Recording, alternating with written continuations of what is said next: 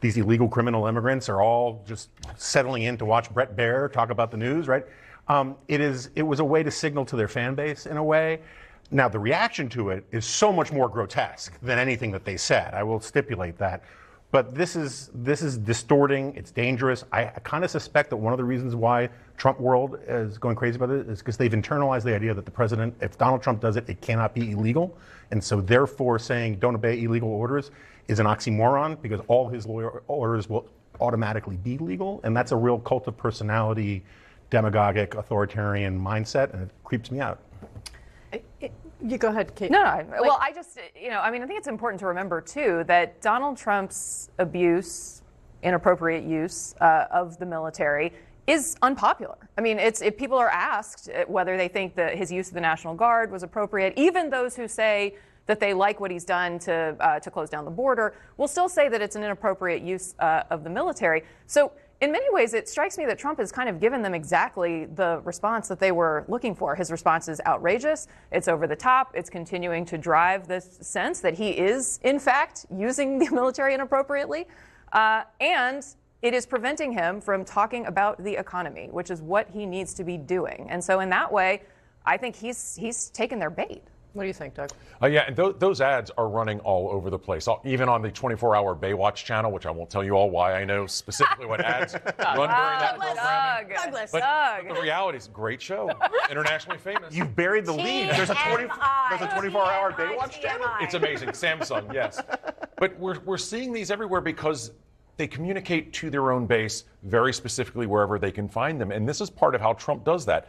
The reality is, though, that this also is really good news politically if you might be a Democrat, maybe an Arizona senator who's thinking about running for president. If he hasn't put out emails fundraising already, Mark Kelly certainly will by the end of the evening, and he'll raise a lot of money on this. And this boosts him. This makes him Trump's enemy number one, which if you're a Democrat politically, great place to be. Well, and that's kind of the message you're hearing from the Kelly camp at this point. It's bring it on. And it's one that, Democrats want people to be fighting Donald Trump above all else. Casey, there's been a theme today, hasn't there? Literally, we've been talking about a bunch of different people who have been targeted by this president in different capacities. Retribution. Retribution is the theme, and using the sort of levers of power to do that. And that is, I think, what makes people uncomfortable. We do talk about, of course, affordability, and that is what people vote about. And you're right, Kate. If you don't have money in your pocket, democracy doesn't really matter. You can't eat it. The Democrats learned that in the last election.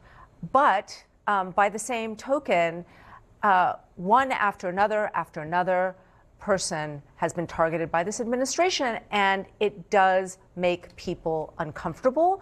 And I don't think it's going to help the Republicans politically. It does help the Democrats. I think this was very deft, cynical, good trolling. And they're right on the actual merits of the argument. But I also think it was not a necessary thing to do. Do you, Jonah, think that, we've seen obviously the civilian court system do its work. We saw what happened today with the other piece that we've been talking about, Comey and James, those cases being thrown out because the system was basically set up incorrectly, according to this judge. Do you have the same faith from the Pentagon side, like as a matter of the system, if they actually are going to try to use the system this way? I have no faith in Hegseth, but I do have a lot of faith in military courts.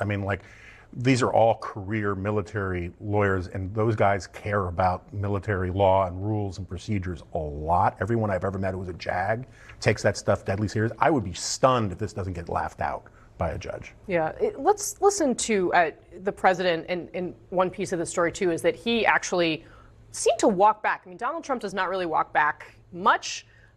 But he went from what seemed like essentially death threats, right, saying that these 6 members should be executed, to telling Brian Kilmeade something a little bit different the following day. Let's listen. I don't know about the modern day things because, modern day is a lot softer. But in the old days, if you said a thing like that, that was punishable by death. I'm not threatening them, but I think they're in serious trouble. I would say they're in serious trouble. I'm not threatening death, but I think they're in serious trouble. In the old days, it was death. That was a traitorous statement. That was a horrible thing to do. I believe they broke the law very strongly. I think it's a very I think it's a very serious violation of the law. Yeah. I mean, I do think it's worth, Kate, dwelling for a second on what he is talking about in terms of consequences for speech here, right? I mean, he's saying that the statement that you shouldn't obey an unlawful order is traitorous, and then it's resulted in, horrible calls like bomb threats called to congressional offices, right? Real world consequences for the words of this president. No question. And if you remember, obviously, in the wake of the horrific assassination of Charlie Kirk, there was a lot of effort by Trump and Trump allies to say, well, the incitement of violence only comes from the political left. And so I, obviously would not try to get in Donald Trump's head or ascribe any kind of thinking to him from where I'm sitting. But I could imagine that he may have looked at what he said and realized that, in fact, accusing these Democratic members of sedition and threatening them with death, in fact, was not something that it really undermined the argument that he'd been making. The thing that I keep thinking about is Donald Trump at this moment a rational actor? Because these are